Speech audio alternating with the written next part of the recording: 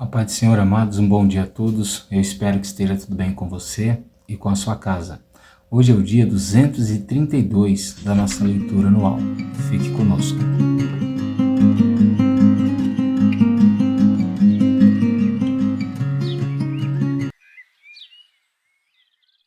Bom, amados, nós estamos terminando o livro do profeta Jeremias. Amanhã nós estaremos encerrando mais uma porção da Bíblia Sagrada. Nós já andamos bastante, já estudamos muito. A nossa porção de hoje, ela tem apenas 2 capítulos, e são o capítulo 49 e o capítulo 50 do livro do profeta Jeremias. Dedique um tempo a essa leitura, Eu creio que Deus irá falar poderosamente ao seu coração. Amém? O nosso texto devocional de hoje vai se encontrar no capítulo 50 e no verso de número 34. Amém? E a palavra do Senhor nos diz assim: Mas o Redentor deles é forte, o Senhor dos Exércitos é o seu nome. Certamente defenderá a causa deles, para aquietar a terra e inquietar os moradores da Babilônia. Amém? Bom, amados, nós vamos ver hoje que Jeremias continua sendo usado por Deus para profetizar, castigo, sentença e juízo contra outras nações. E é muito interessante que essas profecias, elas apresentam 2 tempos. Nós já falamos um pouco sobre isso, E essas profecias falam do tempo de Jeremias, passados 70 anos. Deus então julgaria essas nações que muitas das vezes durante a história se levantou contra Judá e Israel, mas também está falando de um tempo futuro, onde muitas dessas nações já não têm o mesmo nome, mas têm outros nomes, as quais a maioria estão ali ao redor de Israel, que são nações que não creem no nosso Senhor Jesus e, na verdade, se opõem a Ele e a tudo o que Jesus diz ser santo. Então haverá um dia, que é o dia glorioso do Senhor, nós falamos já sobre isso, que é o dia da ira do Senhor, em que Deus irá vingar então o seu povo de todas essas nações que se opuseram à sua vontade. E entre essas nações nós temos aqui os amonitas, E nós temos também a tribo ou a nação dos edomitas. Também temos o povo de Edom, E também teremos aí a região de Damasco, uma região que ora era possuída por judeus, por israelitas e ora por gentios. E ainda nós temos para fazer parceria com essas nações o povo de Azor e o povo de Elão. Tem algo interessante aqui. Se você reparou no devocional de hoje, de ontem, se você fez a leitura inteira, você reparou que no capítulo 48 de ontem, lá no verso 47, ele diz assim: Contudo, mudarei a sorte de Moabe nos últimos dias, diz o Senhor. Deus disse que castigaria os moabitas, mas nos últimos dias. Que últimos dias são esses? Os dias que determinam, que antecipam a vinda do nosso Senhor Jesus, que diz a respeito da morte de Jesus até o dia da sua vinda, que ainda não chegou. Então, nesses últimos dias, Deus iria mudar a sorte de Moabe. Somente de Moabe? Não. Capítulo 49, verso 6, diz a respeito dos amonitas, que diz assim: Mas depois disso, mudarei a sorte dos filhos de Amon, diz o Senhor. Então, depois desses castigos, os amonitas também teriam sua sorte mudada. E depois nós temos também, para o povo de Elão, a mesma promessa.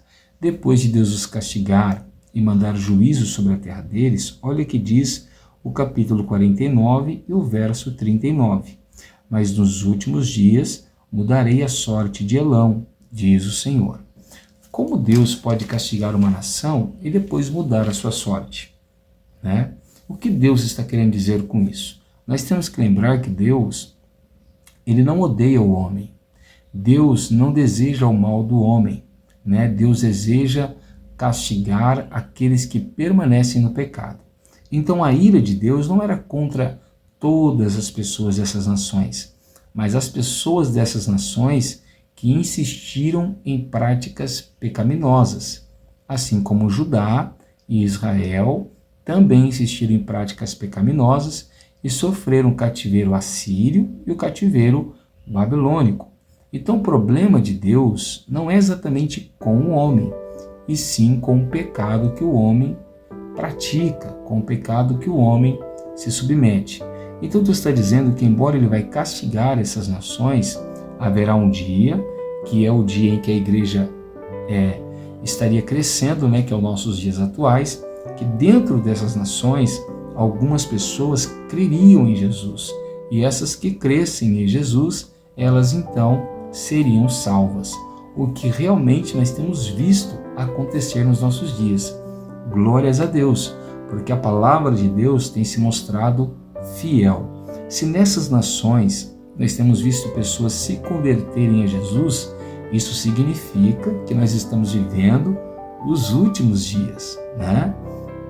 Então nós temos que estar preparados, porque a vinda do Senhor se aproxima e o dia do juízo e da vingança do nosso Deus também se aproxima. Bom, mas no capítulo de número 50, Deus vai falar novamente da destruição da Babilônia. Nós vamos lembrar que o povo de Judá, em parte, já estava sofrendo o cativeiro babilônico.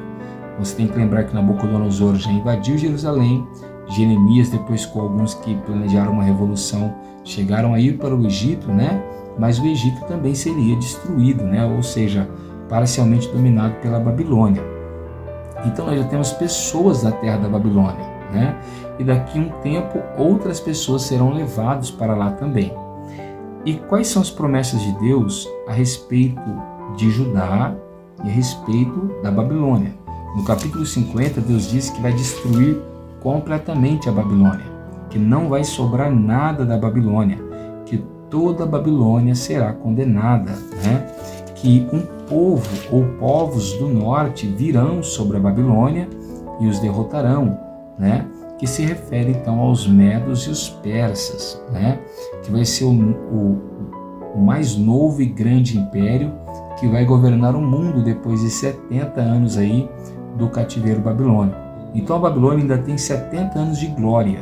Passados esses 70 anos de glória, ela vai perder a sua força e os medos e os persas serão um instrumento de Deus para destruir a Babilônia. Assim como a Babilônia está sendo um instrumento de Deus para castigar as outras nações perversas, né? Mas o que vai acontecer com Judá nesse tempo? Quando Deus castigar a Babilônia e levantar aí os medos e os persas como um novo império mundial. O que vai acontecer então com o povo de Judá e com o povo de Israel? E as promessas que Deus fez se encontram parcialmente aqui no capítulo 50. Lá no verso 34, que nós damos para o nosso devocional, diz assim: mas o Redentor deles é forte, o Senhor dos Exércitos é o seu nome. Certamente defenderá a causa deles, para aquietar a terra e inquietar os moradores da Babilônia. Então ele está dizendo aqui que, passados esses 70 anos, o Império Médio Persa, na verdade, é uma ação divina. Para quê? Para punir, castigar e derrotar a Babilônia. Agora, vamos analisar. Por que Deus quer castigar a Babilônia? Bom, tem algumas coisas interessantes que vale a pena nós aprendermos hoje. A palavra Babilônia significa confusão, né? Essa palavra é derivada da palavra Babel. E o que é Babel? Babel foi uma revolução humana que aconteceu lá no Gênesis. Não sei se você se lembra, após o dilúvio, um homem chamado Nimrod vai ordenar aí uma revolução e ele vai induzir as pessoas a trabalharem para ele, para o mesmo propósito que ele. Nessa época, todos falavam a mesma língua, o mesmo idioma. E então Nimrod fez com que todos pensassem a mesma coisa que ele, construindo então uma torre enorme que levasse até os céus. Dessa forma, os homens não iriam sofrer a penalidade de Deus. Então Babel significa uma confusão, né, que Deus causou das línguas, para que um não entendesse o outro. Mas a Babilônia, espiritualmente, representa algo muito maior, né? Ela representa uma corrupção espiritual, ou seja, uma rebelião causada pelo homem contra Deus. Esse primeiro homem que representou a Babilônia foi Nimrod. Nesse tempo, esse homem é Nabucodonosor. Da mesma forma que o Nimrod vai querer ser grande, este homem atual aqui do tempo de Jeremias também vai desejar ser grande. Nós vamos ver muito isso mais à frente no estudo da palavra de Deus. E essa Babilônia, ela não morreu espiritualmente. Espiritualmente, a Babilônia está viva. Lá no tempo do apóstolo Pedro, o apóstolo Pedro disse que a Babilônia do tempo dele era o Império Romano, né? Hoje nós temos muitas Babilônias. Por quê? Porque a Babilônia é um método espiritual do diabo para induzir as pessoas a se rebelarem contra Deus, como fez Nimrod lá em Babel e como está fazendo Nabucodonosor nos tempos de Jeremias, Isaías e outros profetas. Como que a Babilônia age? Como que esse pensamento babilônico age? Ele age através de 4 canais, 4 ferramentas, né? E quais são elas? Primeiro, através de um movimento político, porque Nimrod ele convenceu as pessoas a acreditarem na proposta de governo dele, né? Nabucodonosor, diferentemente, ele conquista as pessoas através do seu poder, certo? E hoje nós temos jogadas políticas, pensamentos políticos que induzem as pessoas a acreditarem no modelo de vida, correto, amados? A segunda ferramenta é a área comercial. Então hoje nós consumimos muitas coisas como naquele tempo, como no tempo do apóstolo Paulo, que repreendeu uma adivinha, né? E que depois lá em Atenas também repreendeu os construtores de imagens, né? Assim como Jesus também repreendeu os cambistas nos seus dias. Nesse tempo o povo de Israel estava comprando também imagens. Nos nossos dias nós consumimos muitos produtos e muitos materiais que, sem perceber, nos induzem ao pecado da rebelião contra Deus, né? Bom, o terceiro ponto, a cultura. Então, naqueles dias, a Babilônia vinha trazendo culturas para os povos conquistados.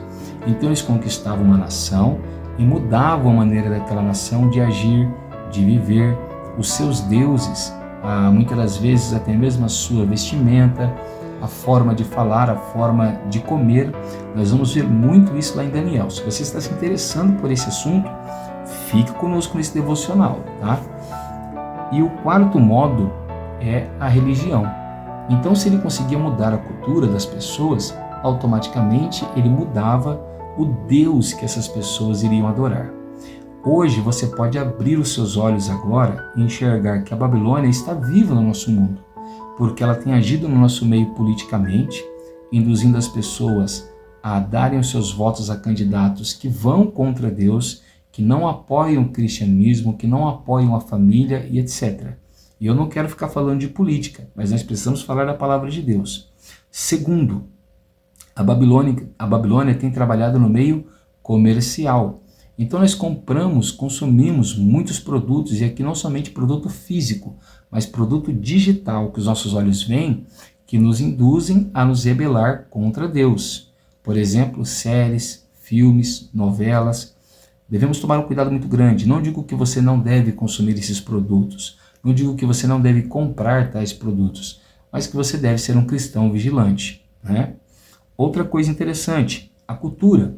Observa que hoje, nos nossos dias, e eu nem vou falar os movimentos, porque pode gerar aqui um problema para o nosso canal no YouTube, mas nós temos visto muitos movimentos mundiais, inclusive introduzidos até mesmo nas Olimpíadas agora, né, que vão contra o pensamento divino e bíblico sobre a genética humana e a estrutura familiar. Você está me entendendo o que eu estou querendo dizer. E por último, eles vão introduzir na onde? Na religião. Você não precisa ser tão santo, você não precisa ser tão puro, você não precisa estar constantemente na igreja. Então a Babilônia, ela é introduzida nas nossas vidas desse jeito. sem que nós percebamos. De repente, nós já não adoramos a Deus, não buscamos a Deus e não tememos mais a Deus, mas nos rebelamos contra Deus, né? Então Deus está dizendo que ele vai libertar o povo de Israel, o povo de Judá da Babilônia. Por quê? Porque ele é um Deus forte, aleluia. E quando Jesus voltar, ele também vai nos libertar da Babilônia espiritual que está lá em Apocalipse, né? Por quê? Porque ele é um Deus forte, né? E olha que coisa interessante, Deus está dizendo que certamente ele defenderá a nossa causa. O Senhor com certeza vai lutar em nosso favor nesses últimos dias. Nós passaremos dias difíceis, dias desafiadores, mas aqueles que confiarem no Senhor vencerão a Babilônia espiritual que está no nosso mundo e alcançarão o reino dos céus, né? Por que Deus vai defender a nossa causa? Porque ele pretende aquietar a Babilônia e aquietar os moradores da terra. Mas o que Deus tem preparado para ajudar? O que Deus tinha para aqueles dias preparado para ajudar? E o que Deus tem preparado para o seu povo nesses últimos dias? As respostas se encontram lá no verso 4 do capítulo 50. Olha o que ele diz. Naqueles dias, naquele tempo, diz o Senhor, os filhos de Israel voltarão, eles e os filhos de Judá juntamente, andando, chorando, virão e buscarão o Senhor seu Deus. Então haverá um quebrantamento da parte do ser humano nesses últimos dias, assim como houve nos tempos posteriores ao cativeiro, onde Deus quebrantou o coração do povo para voltar a buscar a Deus. O Senhor vai despertar muitas pessoas dos nossos dias através de mim e através de você. E elas virão ao Senhor chorando para buscar a face do nosso Deus. Verso 5. E perguntarão pelo caminho que leva a Sião com o rosto voltado para lá e dirão, venham, vamos nos unir ao Senhor em aliança eterna que jamais será esquecida.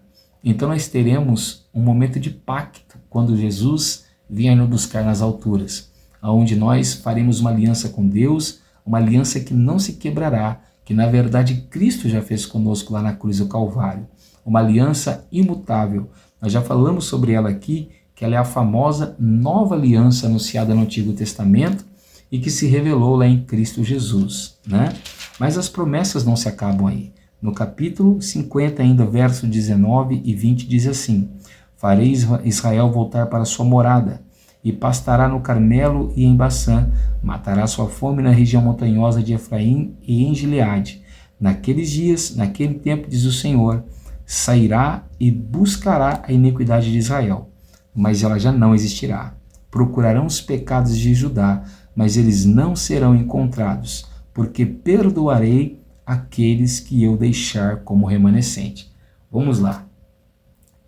Não é possível, não foi possível nos dias do retorno de Israel para sua terra após o cativeiro encontrar alguém desse jeito, perfeito.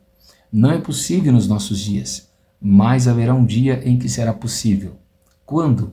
Jeremias estava vendo dois tempos, aquele tempo e o tempo da vinda de Jesus. Por quê? Porque no tempo da vinda de Jesus, ninguém mais naquele dia vai ser encontrado como pecador, porque Jesus vai nos inocentar de todo o nosso pecado. E o que nós seremos? Santos, como Ele também é santo. Amém? Confie no Senhor, o nosso Redentor é forte, né? E certamente Ele vai lutar pela nossa causa. Você tem uma causa? Confia no Senhor, espera nele. Ele vai lutar por você e vai derrotar a Babilônia que tanto tem nos afligido nos últimos dias. Amém? Abra o seu coração, feche seus olhos e ore ao Senhor juntamente conosco nessa manhã. Senhor nosso Deus e nosso Pai, nós oramos a Ti, buscamos a Tua face, Senhor, e Te pedimos pela Tua bênção, pela Tua paz e pela Tua comunhão. Guarda, Senhor, as nossas vidas nesses últimos dias, guarda o nosso pensamento, guarda, Senhor, os nossos passos e as nossas ações, e nos abençoa conforme a sua vontade.